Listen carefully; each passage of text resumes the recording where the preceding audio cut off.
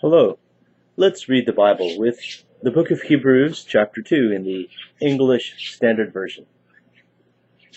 Therefore, we must pay much closer attention to what we have heard, lest we drift away from it.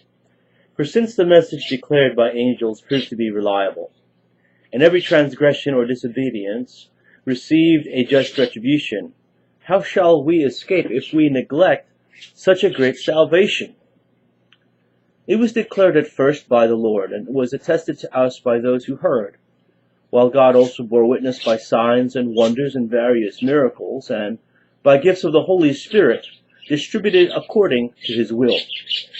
Now it was not to angels that God subjected the world to come, of which we are speaking.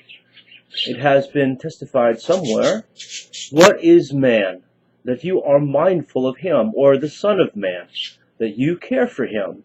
You made him for a little while lower than the angels.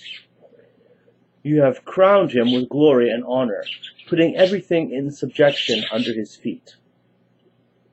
Now, in putting everything in subjection to him, he left nothing outside his control.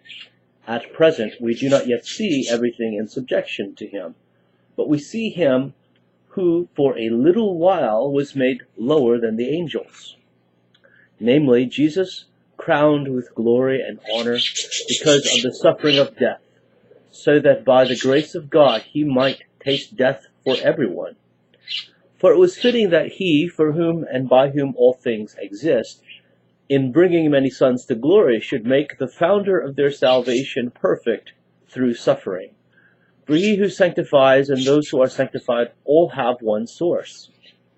That is why he is not ashamed to call them brothers, saying, "I will tell of your name to my brothers. In the midst of the congregation I will sing your praise." And again, "I will put my trust in him." And again, "Behold, I and the children God has given me." Since therefore the children share in flesh and blood, he himself likewise partook of the same things, that through death he might destroy the one who has the power of death, that is, the devil, and deliver all those who through fear of death were subject to lifelong slavery. For surely it is not angels that he helps, but he helps the offspring of Abraham. Therefore he had to be made like his brothers in every respect, so that he might become a merciful and faithful high priest in the service of God, to make propitiation for the sins of the people. For because he himself has suffered when tempted, he is able to help those who are being tempted. The book of Hebrews, chapter 2, in the English Standard Version.